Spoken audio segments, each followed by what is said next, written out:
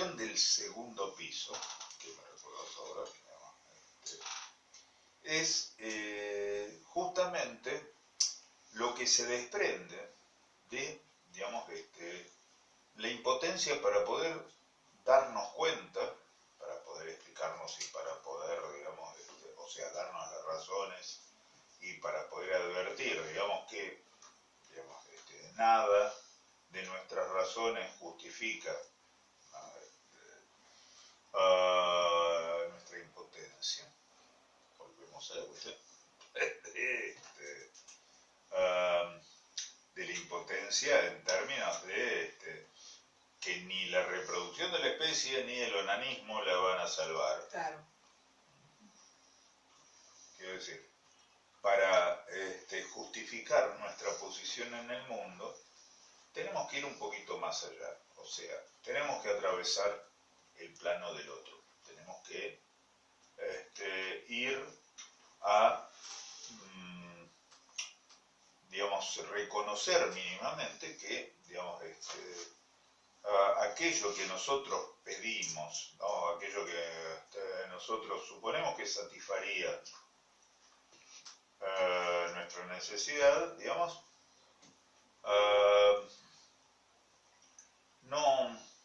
no basta, no basta con, digamos, definir un objeto, porque el objeto viene definido desde otro, y esto es, digamos, la función de la demanda. Quiero decir, la demanda es necesariamente, porque uno va con su necesidad a cuestas, a plantear, bueno, ¿cómo lo resolvemos? Y decíamos que ni la autosatisfacción, digamos, ni la reproducción infinita de la demanda lo van a resolver. Cuando vamos con esto, no nos encontramos con un objeto que la satisfaga, sino con algo que reproduce ¿qué? Que reproduce la demanda. Esto es este punto donde, digamos, cuando nos encontramos con el otro, o bien volvemos, ¿no?, a este circuito en el cual, ¿no?, tenemos la ficción de una satisfacción, o bien atravesamos este plano del otro, que es abrirse al segundo plano. Eso es lo que Freud llama el inconsciente. El segundo piso es eso. O sea, el segundo piso no es muy diferente del primero. Simplemente que ahí ya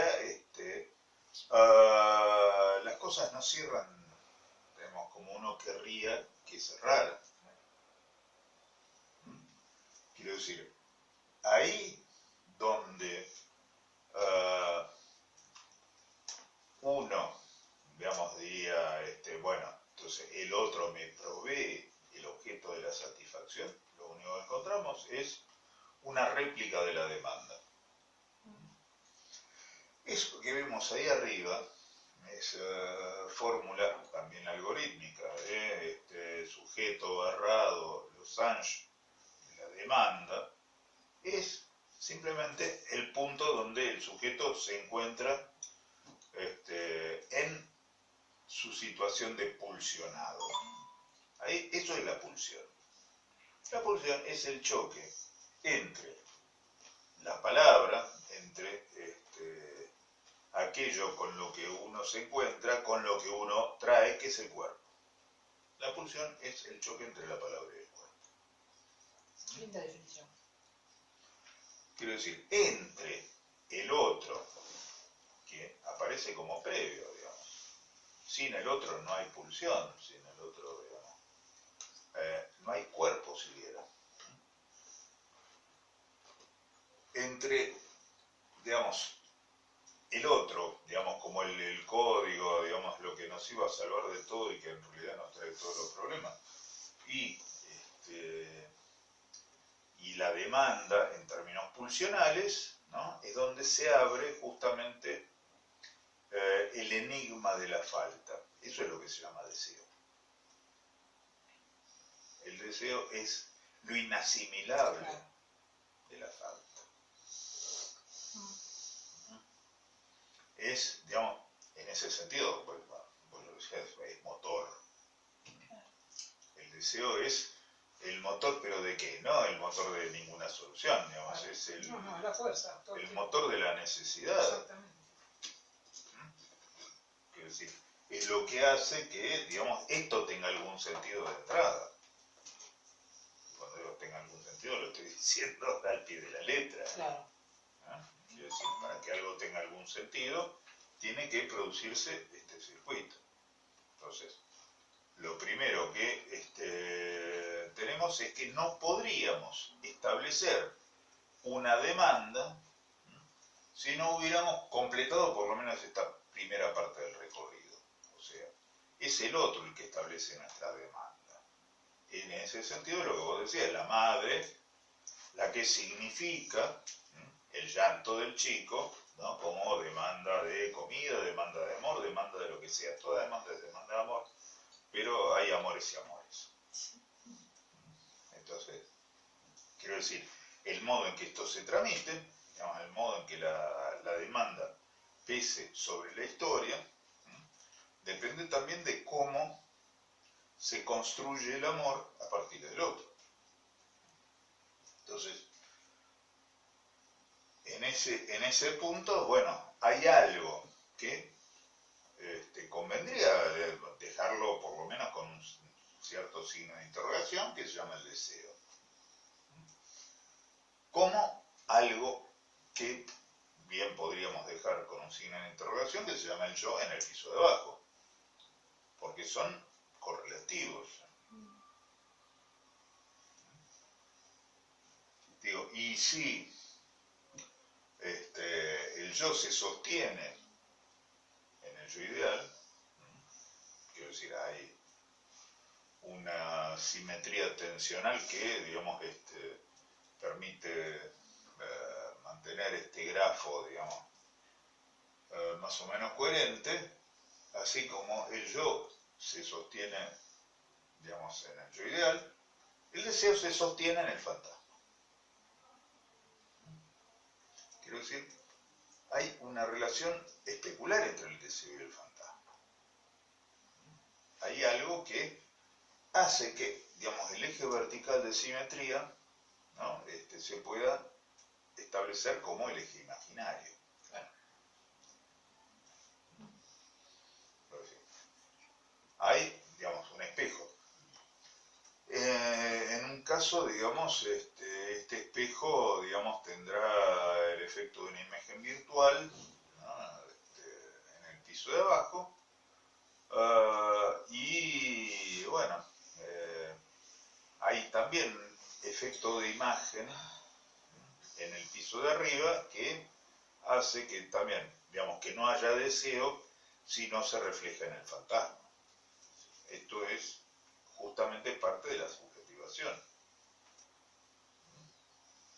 El fantasma es la subjetivación del deseo en ese sentido, digamos, como el yo ideal es la subjetivación del yo, o sea, en la medida en que el yo, digamos, se reconoce en esa imagen. No podemos reconocer o reconocernos en el deseo si no es a través del fantasma. Básicamente, digamos, es la función que tiene el despliegue de este grafo. Y si ustedes lo ven, digamos, en realidad, efectivamente, pasa lo mismo arriba que abajo. En el segundo piso pasa lo mismo que en el primero. Es como que, digamos, si uno lo aplasta, cosa que sucede la mayor parte del tiempo, ¿no? Uno tiene aplastado. Las cosas funcionan, digamos, indistintamente.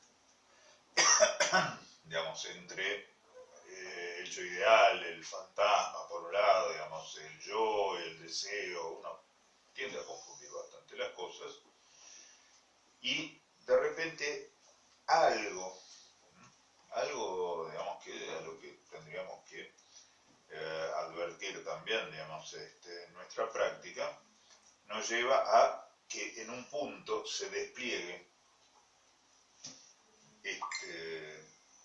este aparato, como si fuera, digamos, como una corredera, como una coliza, trácate. Eso que parece que es así de sencillito, de repente se despliega y son dos estructuras similares. Trata de hacerlo. El aparato se puede hacer, digamos, físicamente se puede construir esto.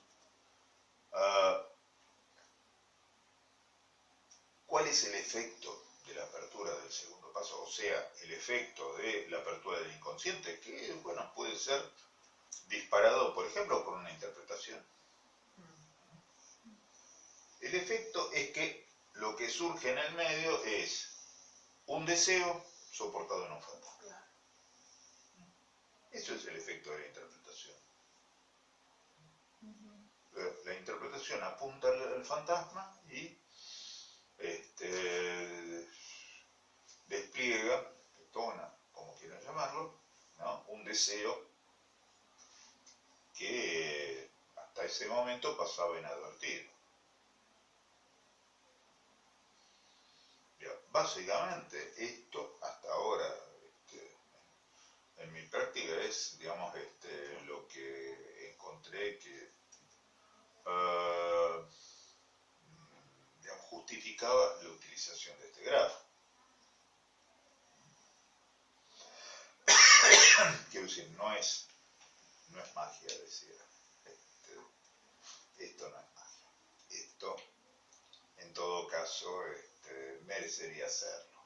Pero lo que uno hace es, de repente, descubrir que la práctica tiene sus razones, básicamente sí. Claro, porque vos decís,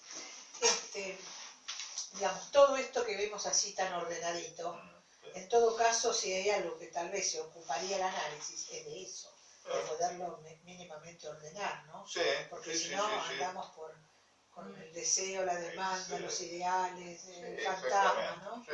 Desarticulándonos en la vida, concretamente, y después, sí. claro. ¿Cómo podríamos pensar a partir de esta construcción el surgimiento de la angustia? Bueno, justamente, la angustia primero, ante todo, es un efecto de este despliegue, de esta separación. Vamos a ver, digamos, vamos a interesarnos, digamos, en distintas modalidades de la angustia, pero básicamente hay dos.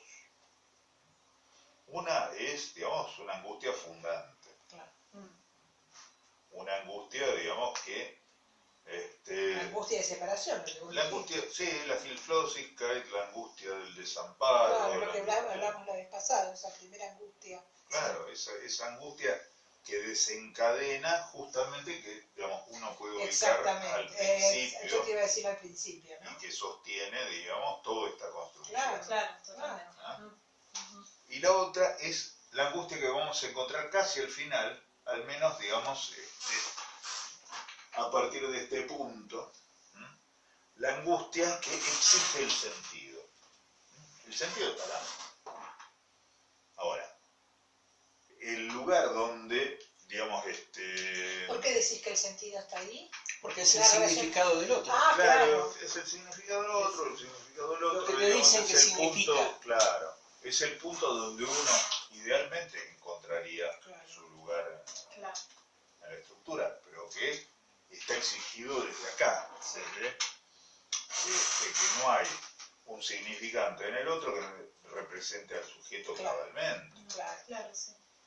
Bueno, entre esos dos, digamos, se ubica esta segunda angustia que está contenida, si quieren, por el fantasma.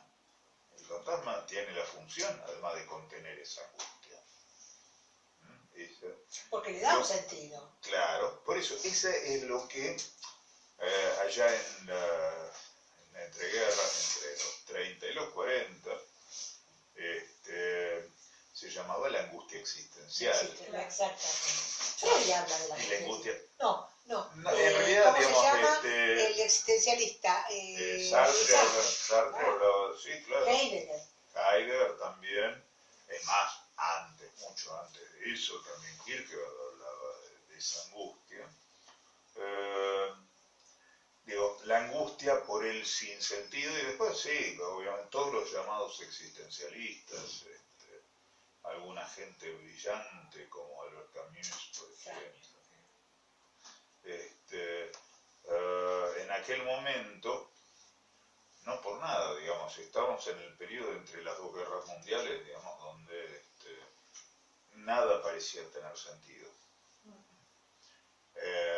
Quiero decir, la existencia no parecía, digamos, que ahí el existencialismo, ¿no? La existencia parecía no sostenerse en algo como hasta ese momento podía ser, ya fuera la religión, ya fuera la ciencia, ya fuera, digamos, algo suficientemente consolidado que nos dijera, déjate de decir boludeces, sí, pues, digamos, porque las cosas funcionan así. Cuando uno empieza a preguntarse el por qué las cosas funcionan así, más allá de que esa también es una pregunta sin respuesta, lo que surge es un fondo, digamos, de inquietud que efectivamente se transforma en angustia. Eso es cuando el fantasma vacila. El fantasma, que es el que sostiene el sentido,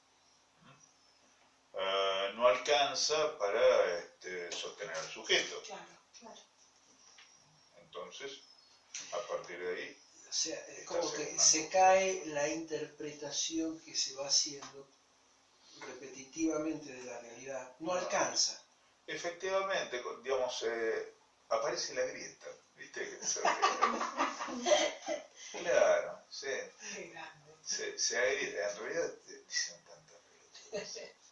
En nombre de la existencia. Sí, pero está bien.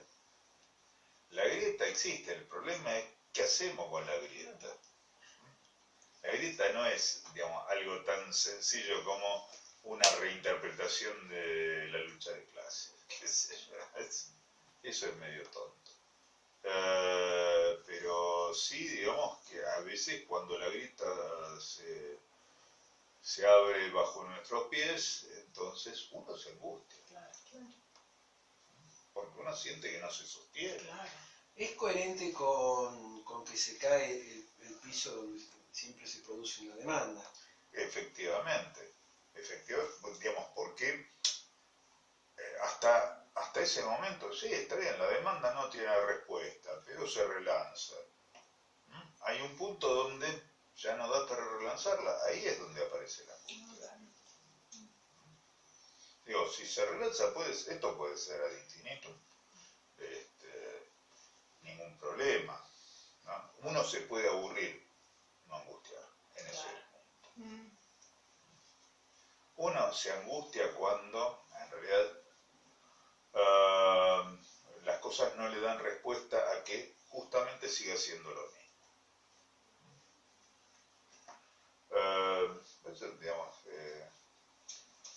Nietzsche, por ejemplo, es muy consolador en muchos aspectos, ¿no? El eterno retorno de Nietzsche es fantástico.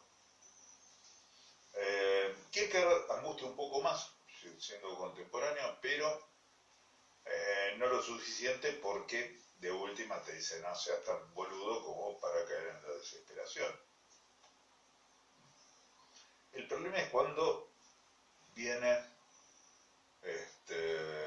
antes que Heidegger, viene Freud y te dice, ¿y qué vas a hacer con tu deseo? ¿Ah? Ese es el punto donde aparece la angustia. ¿Qué haces con tu deseo? Lacan le dice a Heidegger, comente tu Dasein, ¿no? Nada, trágatelo.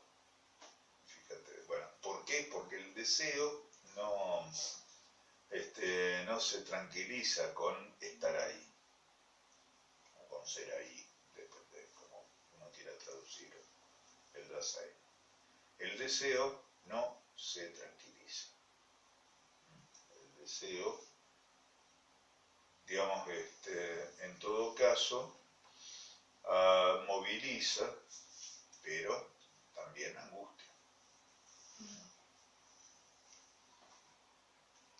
¿Hay salida? Depende de lo que uno entienda por salida. Bueno, la zanahoria suele calmar todo eso, ¿no? Sí, Pero y el palo también, ¿eh? El palo y la zanahoria Sí, van es verdad, juntos. claro. El palo también, calma. Bueno, Sí. pero a ver, estamos Sí. en el orden de la demanda, ¿Eh? porque cuando se cristaliza la zanahoria, ¿no? Sí. O sea, La dejaste en el freezer. claro, o sea, cuando nosotros hablábamos del objeto como objeto perdido, como Sí. casillero, Ah. y por eso la necesidad de cristalizarlo, de imaginarizarlo, Sí. ¿no? Entonces ahí funciona el fantasma, Ah. está imaginarizando aquello que falta. Esto es coherente con la imaginarización que cada sujeto tenga de la castración. Sí, también de aquello que cree que lo va a completar, ¿no? Porque ese es un punto también interesante. Bueno, la cuestión es que lo que yo interpreto que dice Pablo, de que aparece la grieta, es cuando acá los significantes que hay no te alcanzan, porque ya no es lo que uno suponía que está demandado. O sea, por ejemplo, está demandado está solicitado con cosas concretas y está contento, está estabilizado porque hay cosas concretas. Claro. El tema es cuando Sí. no hay algo concreto y entonces se cae acá la demanda. Se cae, o sea, esto es coherente con lo que decías vos, la vacilación del fantasma. Sí. ¿Qué es lo que hay que hacer? ¿Qué quieren? ¿Qué más quieren? Porque en eso, como está el reconocimiento, ¿de dónde voy a parar yo? ¿Qué va a hacer de mí? Lejos de casa. Decía Serrat. Estaba pensando en lugar de los ideales ahí. Sí. Cómo los ideales, en ese sentido, Ah. vienen a tranquilizar eso, no a apaciguar eso. Y es esto, porque Claro. exactamente. Eso Claro. viene en este sentido. Claro. Ahora, el problema es que cuando eso, no, digamos, ese significado, digamos, cuando el sentido no alcanza, cosa que no es contingente, ¿no? El sentido no alcanza porque no puede alcanzar Claro. de ninguna manera, porque está, digamos, sosteniendo el mensaje que va en este sentido. O sea, es como, digamos, como el pinball. Llegaste hasta ahí, ¿no? Y en lugar de caer en la canaleta, ¡pim!, te mandaron para el Y está la otro lado. falta. Bueno, Ah, Te ahora mandaron al otro quería lado. agregar algo, ¿no? Se arma un mensaje. Claro. Como hay una necesidad de ser reconocido primariamente, ¿no? Es esto, ¿no? O sea, yo ideal,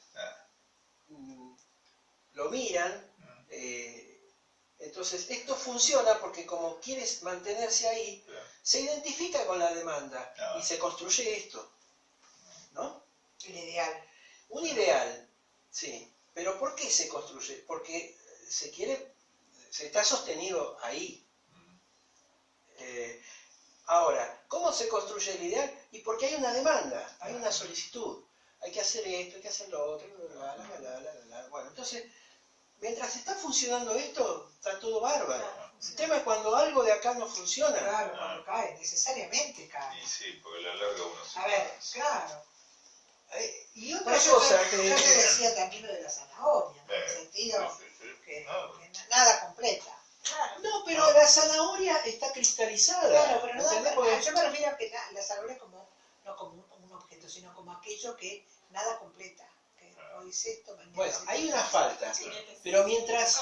Pero el tema es cuando no sabes qué carajo falta. Ah, sí, bueno. Y como no Bueno, se pero sabe eso- lo que falta, y se supone que dentro de ese movimiento, esa Pero ese es el maquinita, sentido de la vida. pero en ese movimiento en donde hay que estar en relación a algo que falta y no se sabe, ¿y dónde va a parar el sujeto? Por eso, el sujeto está articulado en un otro Y resulta que se suponía que había demandas de ese otro y estaba funcionando. Claro, Y exactamente. de golpe falta algo y no se sabe Claro. qué es. Por ahí, ¿no? También un análisis es ayudar un poco a buscar esa falta también. No sé, yo pensaba en la paciente nueva que tuve hoy, no sabía que la angustiaba. Bueno, pero hay que ayudar a Armar algo. pero también hay que ayudar a que se sostenga. Sí, Que se sostenga la falta, que esté funcionando. claro. Porque Sí. sobre eso, sobre ese casillero vacío, Sí, va. el sujeto tiene que empezar a articularse y Totalmente. armar discursos. Ujú. Sí, sí. Sí, Discursos que por ahí contradigan, no como me decía una paciente hoy, porque yo debo. Porque yo debo. Sí, debo, porque me han ayudado mis padres. Entonces, ¿cómo es el debo? ¿qué debo? Claro, la deuda concreta por la ayuda, pero también son los padres que le dicen, por lo menos tenés que aprobar. Claro. Entonces, hay dos sentidos del debe. Claro, La deuda concreta Y la que le piden. y cumplir los mandatos. claro. Entonces, mientras la cosa está clarita, bueno, hay un funcionamiento. Ujú. Pero esos mandatos, ¿es lo que quiere el sujeto? Claro. ¿O quiere otra cosa? Claro. Ujú. Y eso hace rato que le está Ah, haciendo obstáculo. sí, sí. No sé si me expliqué. No, sí, sí. Ahora, por ahí, bueno, hoy, la verdad que yo no sé qué les pareció Sí, a muy ustedes. bueno. Sí, estuvo súper bien. Hoy no me asusté con el grafo. Buenísimo. Para mí estuvo buenísimo. Estuvo muy bueno. Y lo que quedaría, que nosotros por ahí lo vamos a articular en las próximas reuniones, es un poco más la cuestión de la angustia y el síntoma en relación a todo esto. Sí, Claro. interesante, Sí, sí, sí. claro. Claro. Sí, por supuesto. Claro. Porque, bueno, ahí está... Porque el síntoma también viene a calmar la angustia. Sí, Es algo. por supuesto. Y también por está en supuesto. relación al Digamos que le da ese valor Bueno, simbólico porque- en parte. sí, sí, ¿no? sí. Digamos, si algo construye este aparato, es la falta, y eso deriva o en la angustia o en el síntoma, Claro. Ujú. o en eventualmente en la inhibición. Digamos. Faltaba la tercera pata, pero sí, básicamente es eso. Bueno, Bueno, voy muy bueno, muy cerrando bueno.